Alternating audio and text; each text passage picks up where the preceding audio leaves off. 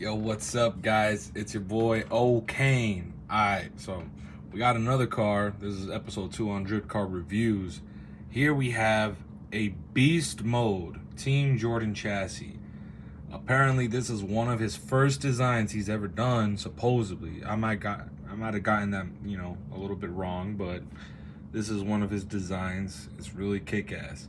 The story behind this car: one of my great buddies was actually the nephew of the store owner of Kansai RC.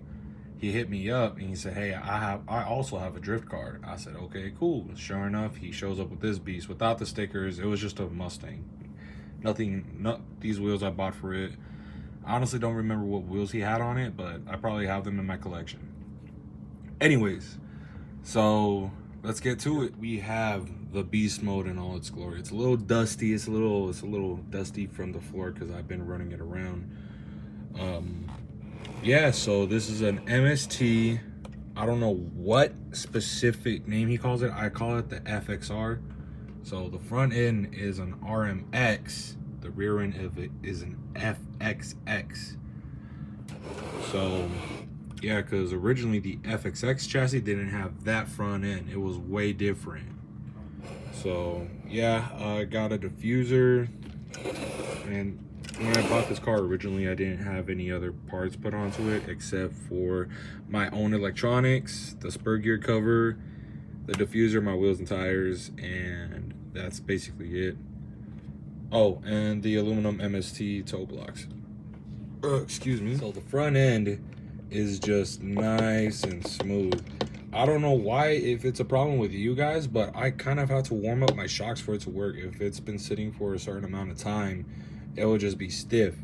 So I would have to like move it up and down for it to actually like have the functionality. So it's kind of weird. But running lower racing arms, plastic arms on the top, no bump steer. And the wheels are Lab Work wheels. I do not know what model name they are, but it's Lab Works with 8mm offset.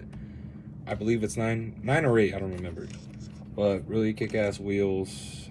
Stock spindles on the front, and it obviously has the gorgeous, beautiful red anodized bulkhead, or the whatever you want to call that part. I forgot what it's called. But yeah, so this is the Beast Mode chassis, Team Jordan. Looking beautiful, dude. Beautiful chassis. I like it. And it doesn't have a battery mount. It just has battery stoppers from it going side to side, because the car only does this. It really doesn't jump or anything. But yeah, so the steering system is a Yokomo steering with the gyro and servo, SP02D version 2 servo. Really kick-ass. It's what I run on all my cars. And the DP302 version 4 or V4, I call it version 4, I don't care. But yeah, so it's running that system. I love it. Easy to tune. And it also has a Hobbywing Hobbywing motor and ESC, and the FlySky receiver and transmitter. So it is a D10. I love these. I love the design on these cars. It's so nice, and it looks like it just looks good. I like the design on the ESC as well. Almost messed up my gimbal. Running a ProTech fan for really good cool off. I actually have to stop the blade to turn off the car. It's so fast. It's just keeping the car alive. The stock capacitors that the ESC comes with. And running on Comp 3 tires from D Racing, and these are P-Tile tires. And yeah, so that's basically it for the ESC mount. I'm actually gonna use a Shibata, I think that's what it's called, Shibata parts for that. The springs, these are actually stock stiff springs out of an RMX. They're the red colored ones. For the fronts, these are the stock front ones. So yeah, stock springs, they actually work pretty good for me. And the voltmeter, just in case if you guys want to know, these are actually cheap voltmeters from Amazon. You can literally buy them for like $5, I think. really cheap and affordable voltmeters. You just solder it onto the positive and negative terminal and it just works. The maintenance on this car, I would rate it like a 7 out of 10. It's really simple, really nothing much in the way. The differential cover is like easy to access. There's like one screw holding onto it, but there's a screw missing on the bottom because it's kind of hard. I had to remove the toe block to take it off, so I really don't want to do that, so I just leave one screw on. This one's a ball diff, but I tightened it up to the point where it's just a lock diff because I'm not a really big fan of ball diff, so I have to look for a gear diff for this car for the track that I run on at Tandem. But yeah, another thing I forgot to add on my last video, I do have goals with these cars.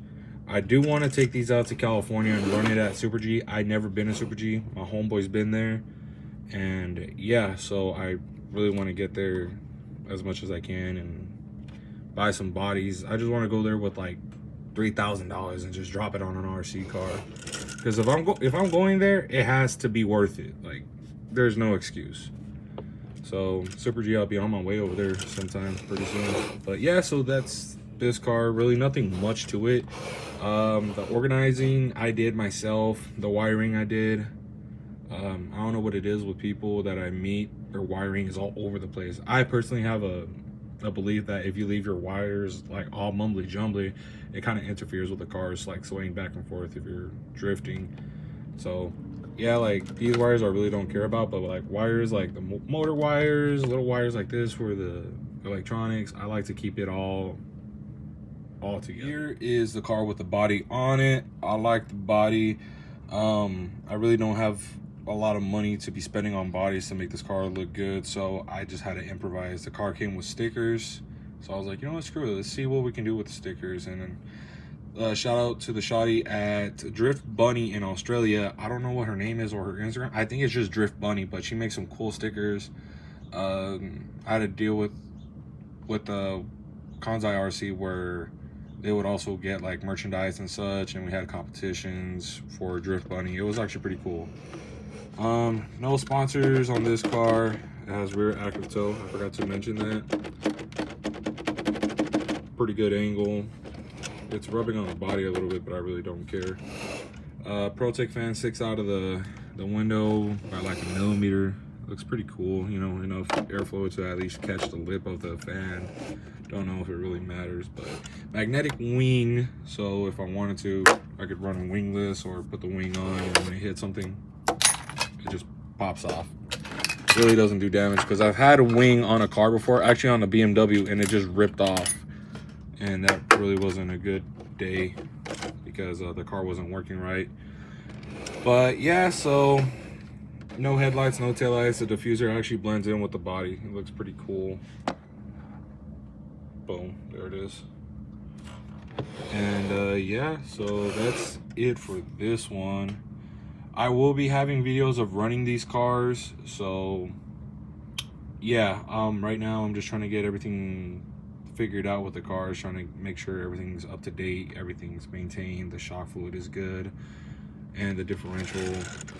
So yeah. Oh, and another thing with the details, I put side exhausts. I'm a sucker for side exhausts. I love side exhausts.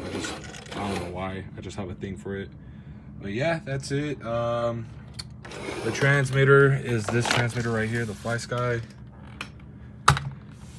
And this FlySky is actually modified. I will make another video of how I did it and show how I do it. This one's actually modified to charge via USB instead of the extra battery that it comes with. This is the MB4 Plus, so there is another battery that comes with it, and you charge this one and it charges the main battery on the controller. Unfortunately, the one that I got from the factory, the battery did not work.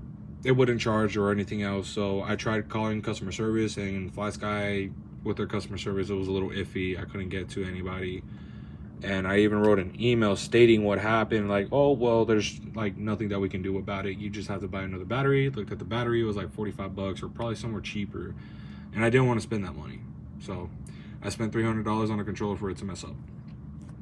So I took it all apart, soldered some wires on, and now I got a USB, and it just plugs in. And yeah, so It has the updated software as well, so not only that, I can use this USB connected to my computer and I can update the software.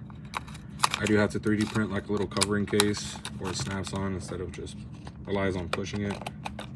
And yeah, it does have to go through like this. It's kind of weird, but I'm already used to it. And yeah, so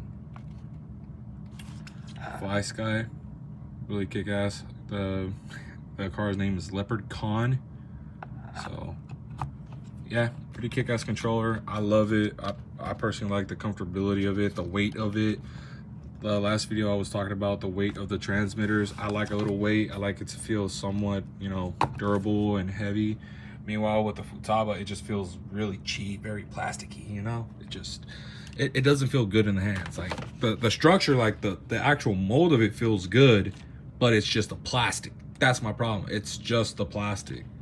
So, and plus, like when I set it down, it's like wants to tip over and such. I could move the steering wheel more back, but I like the steering wheel to have more offset. So for comfortability purposes. But yeah, so yeah, that is basically the setup of this car. I'll let you guys have a better look at it. Let's see. There's a car right there. Here's a car in the back. And here's the right side of the car if you guys want to see it all the way around. And here's the front of the car. If you want some poses with it, this is what the car looks like. So yeah, pretty kick-ass. I like it.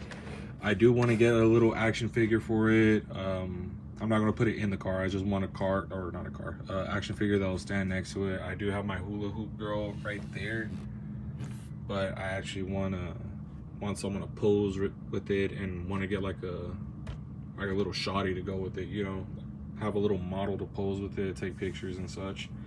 So yeah. Now, yeah, that's basically it for this car. Like I said, I will be uploading more videos. I do have other cars to review. The next episode is actually going to be my car, my personal car that I started from the ground up, the car that put me in debt for first time, and the car that I really reminisce. It might not be the car for everybody, but for me, when I saw it for the first time through MST, I loved it. I'm not going to spoil it yet, but yeah, so I have other projects as well.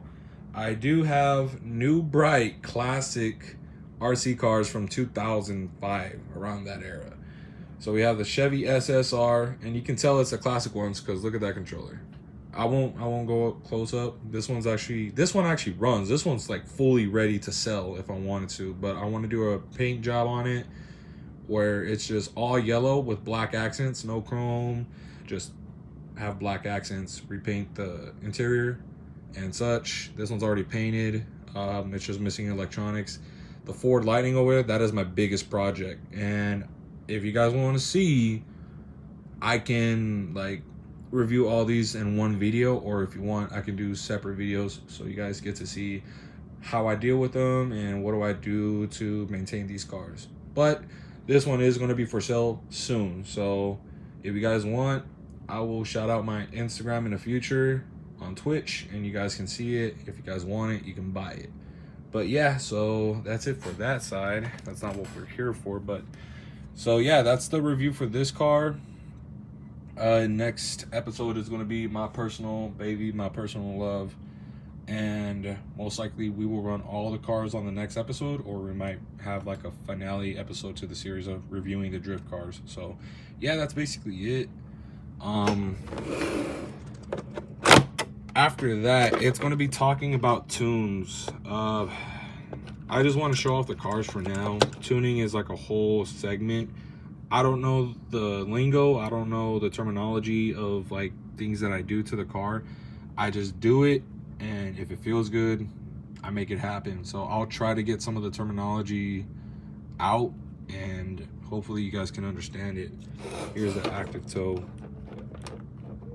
Boom. Looking good. But yeah, so if you guys want to see the car without the body, if I can get the gimbal to actually work. Here's what it looks like.